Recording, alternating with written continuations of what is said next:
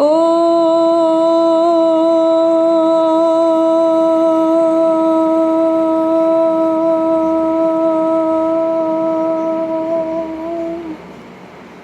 শান্তি। 23/7/2024 প্রাতঃমুরলি। ওম শান্তি। বাপদাদা মধুবন। আজকের বাপদাদার অমূল্য মহাবাক্য হল, মিষ্টি বাচ্চারা, তোমাদের ঠিক টাইমে নিজের ঘরে ফিরে যেতে হবে, তাই স্মরণের গতিকে বাড়িয়ে দাও। এই দুঃখধামকে ভুলে শান্তিধাম ও সুখধামকে স্মরণ করো। মিষ্টি বাচ্চারা, তোমাদের ঠিক টাইমে নিজের ঘরে ফিরে যেতে হবে, তাই স্মরণের গতিকে বাড়িয়ে দাও। এই দুঃখধামকে ভুলে শান্তিধাম আর সুখধামকে স্মরণ করো। কালকের মহাবাক্যেও বাবা বারবার আমাদের বুদ্ধিকে নিজের ঘরে নিয়ে যাওয়ার কথা বলছে। তো জানকী দাদি শরীর ছাড়ার আগে বলতেন, আব ঘর জানা হে, আব ঘর জানা হে। তো বাবাও আমাদের বারবার বুদ্ধিকে পরমধামের দিকে নিয়ে যাচ্ছে। এখন আমাদের এই ধুন লেগে থাকবে যে আমাদের ঘরে যেতে হবে। বুদ্ধি সব সময় পরমধামে টিকে থাকবে, কেননা আমাদের এখন কলিযুগ শেষ হয়েছে, রাত শেষ হয়ে গেছে, সকাল হয়েছে, আমাদের বাড়ি ফিরে যেতে হবে। সত্যযুগ আমাদের সুখধাম আর শান্তিধাম হচ্ছে পরমধাম।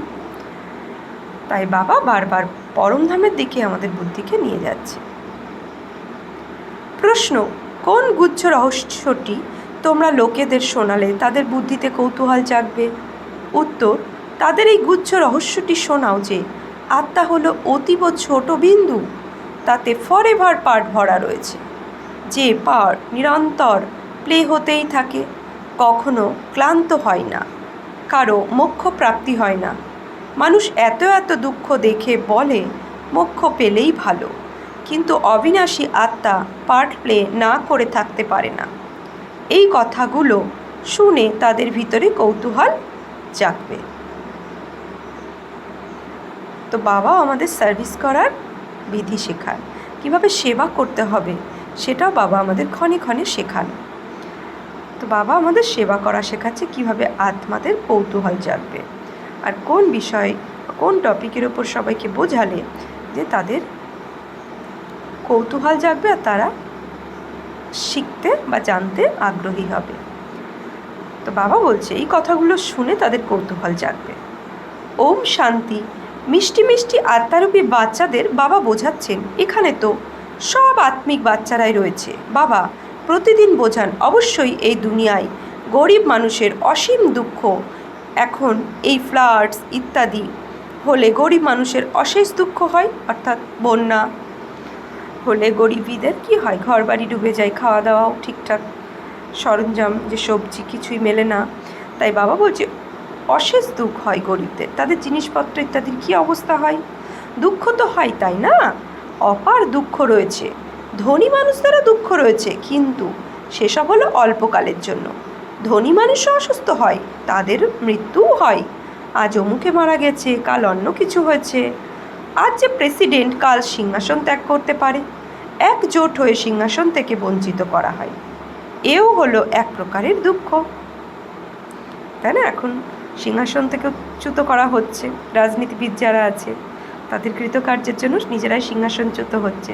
তো বাবা বোঝাচ্ছেন এই জন্য, এও হলো এক প্রকারের দুঃখ। বাবা বলেন দুঃখের লিস্ট বানাও, কত রকমের দুঃখ রয়েছে এই দুঃখধামে। তোমরা বাচ্চারা সুখধামকেও জানো, দুনিয়া কিছুই জানে না। সুখধাম দুঃখধাম তুলনা তারা করতে পারে না। বলছে দুঃখধাম সুখধামের তুলনা তারা করতে পারে না। বাবা বলেন তোমরা সব কিছু জানো, তারা এই কথা মানবে যে কথাটা বলেছে ঠিকই। এখানে যাদের বিশাল বাড়ি ইত্যাদি আছে, বিমান আছে, তারা ভাবে কলিযুগ এখন 40,000 বছর চলবে, পরে সত্যযুগ আসবে, ঘোর অন্ধকার আছে, তাই না? তারা ঘোর অন্ধকারে আছে বাবা বলছেন, তাই না? এখন তাদের কাছে আনতে হবে, সময় খুব কম আছে। বাবা বলছেন এখন তাদের কাছে আনতে হবে, এনে বলতে হবে সময় খুব কম আছে, কোথায় তারা 1,00,000 বছর বলে দেয় আর তোমরা প্রমাণ দিয়ে 5,000 বছর বলো। প্রতি 5,000 বছর পর পর এই চক্র রিপিট হয়। ড্রামা কখনো 1,00,000 বছরের হবে নাকি? তোমরা বুঝে গেছো যে যা কিছুই সবই 5,000 বছর সময় কালেই হয়। সুতরাং এখানে দুঃখ ধামে রোগ ইত্যাদি সব হয়। তোমরা কয়েকটি মুখ্য কথা লিখে দাও। স্বর্গে দুঃখের নামটুকুও থাকে না। এখন বাবা বোঝাচ্ছেন মৃত্যু সামনে উপস্থিত। এই সময়ে গীতা এপিসোড চলছে। নিশ্চয়ই সঙ্গম যুগে সত্যযুগে স্থাপনা হয়েছে। বাবা বলেন আমি রাজা করি, তো নিশ্চয়ই সত্যযুগের রাজা করব, তাই না? বাবা খুব ভালোভাবে বোঝান। এখন আমরা যাব সুখ ধামে। বাবাকে ফিরিয়ে নিয়ে যেতে হয়। যারা নিরন্তর স্মরণ করে তারাই উঁচু পদের অধিকারী হবে। তাদের জন্য বাবা যুক্তি বলে দেন, স্মরণের গতিকে বাড়াও। কুম্ভের মেলায়ও সঠিক টাইমে যেতে হয়। তোমাদেরও সময় মতন যেতে হবে। এমন নয় তাড়াতাড়ি পৌঁছে যাবে, না, এই কাজ শীঘ্র করা তোমাদের হাতে নেই। এটা তো হলোই ড্রামাতে নির্ধারিত। মহিমা সবটাই হলো ড্রামার। এখানে কত রকমের জীবজন্তু রয়েছে দুঃখ দেওয়ার জন্য। সত্যযুগে এমন হয় না। মনে মনে চিন্তা করা উচিত, সেখানে এমন হবে। সত্যযুগে তো স্মরণে আসে, তাই না? বাবা বলছেন সত্যযুগ তো স্মরণে আসে, তাই না? সত্যযুগে স্থাপনা বাবা করেন। শেষ সময়ে সম্পূর্ণ জ্ঞান নাটশেল বুদ্ধিতে এসে যায়। যেমন বীজ কত ছোট, বৃক্ষ কত বিশাল, ওটা হলো জড় বস্তু, আর এই হলো চৈতন্য ঝাড়, যার বীজ কত সূক্ষ্মতি সূক্ষ্ম। এই কথা কারো জানা নেই। কল্পের আয়ু লম্বা চওড়া করে দিয়েছে। ভারত অনেক সুখ পেয়েছে, ফলে দুঃখও ভারতই পায়। রোগ ইত্যাদিও ভারতেই বেশি। এখানে মশার মতন মানুষের মৃত্যু হয়, কারণ আয়ু হয়ে গেছে ছোট। এখানকার সাফাই কর্মী এবং বিদেশের সাফাই কর্মীদের মধ্যে কত পার্থক্য রয়েছে। বিদেশের সমস্ত আবিষ্কার এখানেই আসে। সত্যযুগের নামই হলো প্যারাডাইস। সেখানে সবাই শতপ্রধান। তোমাদের সব সাক্ষাৎকার হবে। বর্তমানে এই হলো সঙ্গম যুগ। যখন বাবা বসে বোঝাতেই থাকবেন, নতুন নতুন কথা শোনাতেই থাকবেন। বাবা বলেন প্রতিদিন তোমাদেরকে গুচ্ছ গুচ্ছ কথা শোনাই। আগে কি জানা ছিল যে বাবা এমন ছোট বিন্দু, তার মধ্যে সম্পূর্ণ পাঠ ভরা রয়েছে? ফরএভার তোমরা পার্ট প্লে করে এসেছো। তোমরা যাকেই বলবে তাদের মনে কৌতূহল জাগবে যে এরা কি বলছে।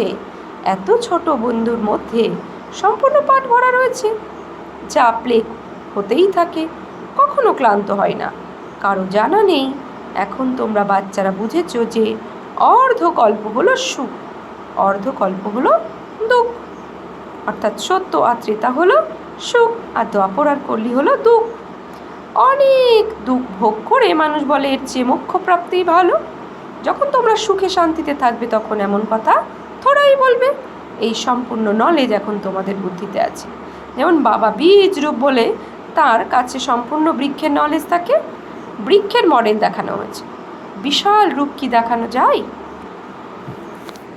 বুদ্ধিতে সমস্ত জ্ঞান এসে যায়। এতই বাচ্চারা তোমাদের কত বিশাল বুদ্ধি হওয়া উচিত। কত বোঝাতে হয়, অমুকে এত সময় বাদে পুনরায় আসেন পার্ট প্লে করতে। এ হলো বিশালতম ড্রামা। এই ড্রামা সম্পূর্ণভাবে কেউ কখনো দেখতে পারে না, অসম্ভব। দিব্য দৃষ্টির দ্বারা তো ভালো জিনিস দেখা হয়। গণেশ, হনুমান এরা হলো ভক্তি মার্গের, কিন্তু মানুষের ভাবনা এতই দৃঢ় হয়েছে যে তারা ভক্তি ছাড়তে পারে না। এখন বাচ্চারা তোমাদের পুরুষার্থ করতে হবে। কল্পপূর্বের মতন পদ প্রাপ্তির জন্য পড়তে হবে। তোমরা জানো পুনর্জন্ম তো প্রত্যেককে নিতে হবে। সিঁড়ি বেয়ে কীভাবে নেমেছে? বাচ্চারা এই কথা জেনে গেছে। যা কিছু নিজেরা জেনেছে তা অন্যদেরকে বোঝাতে হবে। কল্পপূর্বেও এমন করেছিল হয়তো। এমন মিউজিয়াম তৈরি করে কল্পপূর্বেও বাচ্চাদের শেখানো হয়েছিল তো হয়তো। বাচ্চারা পুরুষার্থ করতে থাকবে। ড্রামাতে নির্ধারিত রয়েছে এমন করেই অসংখ্য হয়ে যাবে। গলিতে গলিতে ঘরে ঘরে স্কুল থাকবে। শুধুমাত্র ধারণার কথা। বাবা বলছেন এমন করেই অসংখ্য হয়ে যাবে।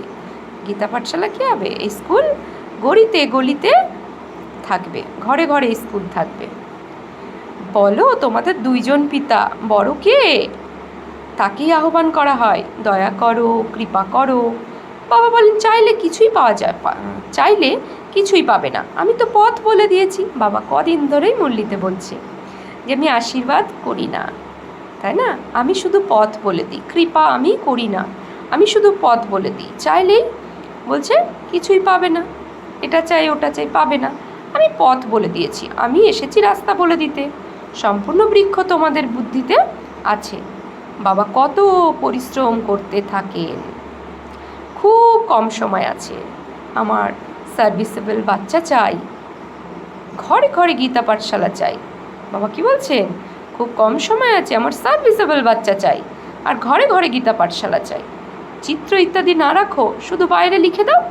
চিত্র তো হলো এই ব্যাজ, শেষ সময়ে এই ব্যাজ তোমাদের কাজে লাগবে। এটা হলো ইঙ্গিতে বোঝানোর জন্য। জানাই যায় অসীম জগতের বাবা নিশ্চয়ই স্বর্গ রচনা করবেন, সুতরাং বাবাকে স্মরণ করবে তবেই তো স্বর্গে যাবে, তাই না? এই কথা তো বুঝেছ যে আবার পতিত স্মরণ। বাবা বলছে আমরা পতিত, তো স্মরণ দ্বারাই পবিত্র হব, অন্য কোনো উপায় নেই। স্বর্গ হলো পবিত্র দুনিয়া। স্বর্গের মালিক হলে, বাবা বলছেন স্বর্গের মালিক হতে হলে পবিত্র নিশ্চয়ই হতে হবে। স্বর্গে যারা যাবে তারা নরকে ডুবে দিয়ে যাবে কিভাবে? স্বর্গে যারা যাবে তারা নরকে ডুব দেবে কিভাবে? তাই বলা হয় মন মনোভাব অসীম জগতের বাবাকে স্মরণ করো, তাহলে অন্তিমকালে সদ্গতি হবে। স্বর্গে যারা যাবে তারা কি করে, কি বিকারগ্রস্ত হতে পারে? ভক্ত মানুষ বিকারগ্রস্ত হয় না। সন্ন্যাসীরা এমন বলবে না যে পবিত্র হও, কারণ তারা নিজেরাই তো বিবাহ করায়। তারা গৃহস্থদের বলবে মাসে একবার বিকারে যাও। ব্রহ্মচারীদের এমন বলা হবে না যে তোমাদের বিয়ে করতে হবে। তোমাদের মধ্যে কেউ কেউ গন্ধর্ব বিবাহ করে, তবুও পরের দিন খেলা সমাপ্ত। মায়া খুবই আকৃষ্ট করে, তবুও পবিত্র হওয়ার পুরুষার্থ এই সময়ই করা হয়। তারপর হলো প্রালোক, সেখানে তো রাবণ রাজ্য নেই, ক্রিমিনাল চিন্তাও থাকে না। ক্রিমিনাল বানাই রাবণ, সিভিল বানাই শিব বাবা, এই কথাও স্মরণ করতে হবে। ঘরে ঘরে ক্লাস হলে সবাই বোঝাতে পারবে। ঘরে ঘরে গীতা পাঠশালা তৈরি, পরিবারের মানুষের পরিবর্তন করতে হবে। বলছে ঘরে ঘরে গীতা পাঠশালা তৈরি করে পরিবারে যে মানুষ আছে তাদেরকেও পরিবর্তন করতে হবে। এমন করে বৃদ্ধি হতে থাকবে। সাধারণ ও গরিব প্রায় কাছাকাছি, কিন্তু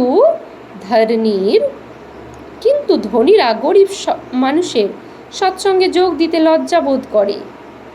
বাবা কি বলছেন? সাধারণ ও গরিব প্রায় কাছাকাছি, কিন্তু ধনীরা গরিব মানুষের সৎসঙ্গ যোগ দিতে লজ্জাবোধ করবে, কারণ তারাও শুনেছে যে এখানে জাদু আছে, এখানে ভাই বোন বানিয়ে দেয়। আরে সে তো ভালো কথা, তাই না? গৃহস্থে কত রকমের ঝঞ্ঝাট ঝামেলা রয়েছে, তাতে কত মানুষ দুঃখী হয়।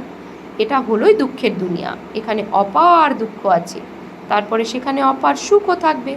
তোমরা চেষ্টা করো তার একটা লিস্ট তৈরি করার, 25-30টি প্রধান প্রধান দুঃখের কথা বের করো। অসীম জগতের বাবার কাছ থেকে স্বর্গের উত্তরাধিকার প্রাপ্ত করার জন্য কত পুরুষার্থ করা উচিত? বাবা এই রথের দ্বারা আমাদের বোঝান, অর্থাৎ ব্রহ্মাশ্বরী রূপী রথের দ্বারা। এই দাদাও হলেন স্টুডেন্ট বাবার, দেহধারী সবাই হলো স্টুডেন্ট। টিচার যিনি পড়াচ্ছেন তিনি হলেন বিদেহী। তোমাকে বাবা বলছেন টিচার যিনি পড়াচ্ছেন তিনি হলেন বিদেহী, তোমাকেও বিদেহী করছেন। তাই বাবা বলেন শরীরের অনুভূতি ত্যাগ করো, এই বাড়ি ইত্যাদি কিছুই থাকবে না, সেখানে সব কিছু নতুন পাবে।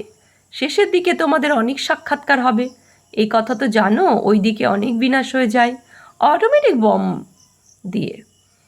বলছে অ্যাটমিক বম দিয়ে, অটোমেটিক নয়। বাবা বলছে ওইদিকে অনেক বিনাশ হয়ে যায় অ্যাটমিক বম দিয়ে। এখানে রক্তের নদী বইবে, এর জন্য সময় লাগে। এখানকার মৃত্যু খুবই ভয়ঙ্কর। এই হলো অবিনাশী খণ্ড। মানচিত্রে দেখবে ভারত হলো একটি কোণে। ড্রামা অনুযায়ী এখানে বিনাশের প্রভাব পড়ে না, এখানে রক্তের নদী বয়।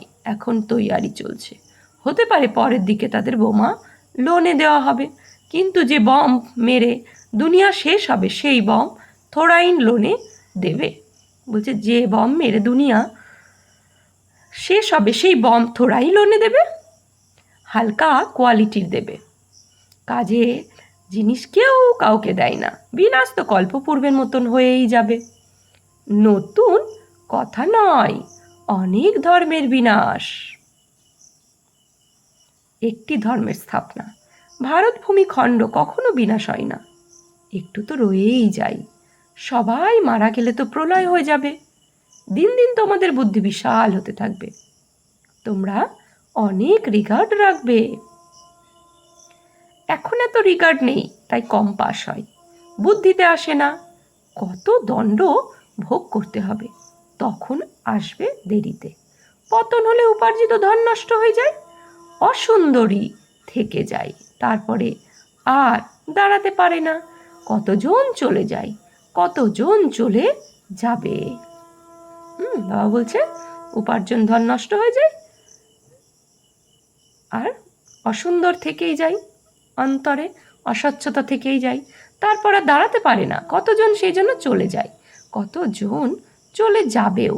নিজেরাও বোঝে যে এই অবস্থায় গরিব, না এই অবস্থায় শরীর ত্যাগ হলে আমাদের কি গতি হবে, নিজেরা বোঝেও যে অবস্থায় শরীর ত্যাগ হলে আমাদের কি গতি হবে। বুদ্ধির বিষয়, তাই না?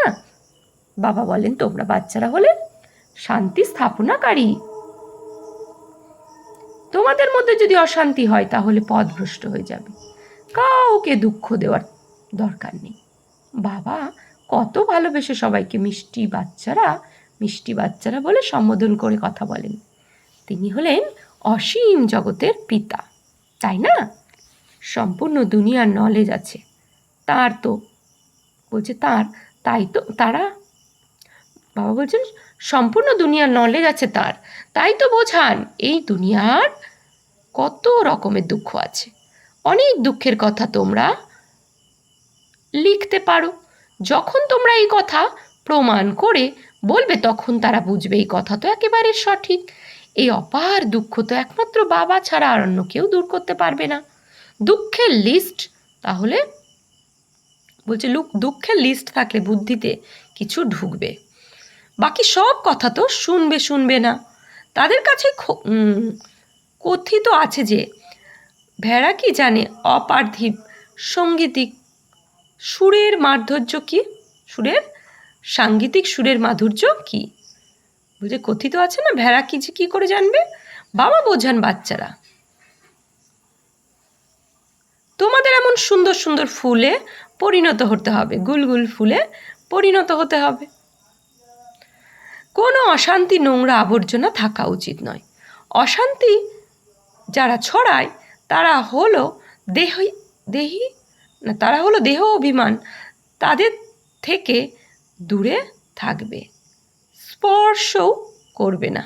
আচ্ছা, মিষ্টি হারানিধি বাচ্চাদের প্রতি মাত পিতা বাপদাদার স্মরণে স্নেহ সুমন সুপ্রভাত। আত্মাদের পিতা তার আত্মারূপী বাচ্চাদের জানাচ্ছেন স্মরণে স্নেহ সুমন আর সুপ্রভাত। আমরা আত্মারূপী বাচ্চারা আত্মারূপী বাপদাদাকে জানাচ্ছি নমস্কার, সুপ্রভাত। ধন্যবাদ বাবা, অনেক অনেক ধন্যবাদ। ধারণার জন্য মুখ্য সার, শিক্ষক রূপে যিনি পড়াচ্ছেন তিনি যেমন বিদেহী, তার দেহের অনুভূতি নেই, সেরকম বিদেহী হতে হবে। দেহের বোধ ত্যাগ করতে হবে, ক্রিমিনাল আইকে বদলে সিভিল দৃষ্টি বানাতে হবে, নিজের বুদ্ধিকে বিশাল বানাতে হবে। দণ্ডভোগ করার থেকে মুক্ত হওয়ার জন্য বাবার এবং পড়াশোনা দুইয়ের রিগার্ড রাখতে হবে, কখনো দুঃখ দেবে না। বাবা কি বলছে, নিজের বিশাল বুদ্ধি বানানোর জন্য, দণ্ডভোগ করার থেকে মুক্ত হওয়ার জন্য। তাহলে দণ্ড যে মেলে আমাদের প্রকৃতির থেকে, সেই দণ্ডভোগ থেকে মুক্ত হওয়ার জন্য বাবার এবং পড়াশোনা দুইয়ের রিগার্ড রাখা উচিত, অর্থাৎ সম্মান রাখতে হবে।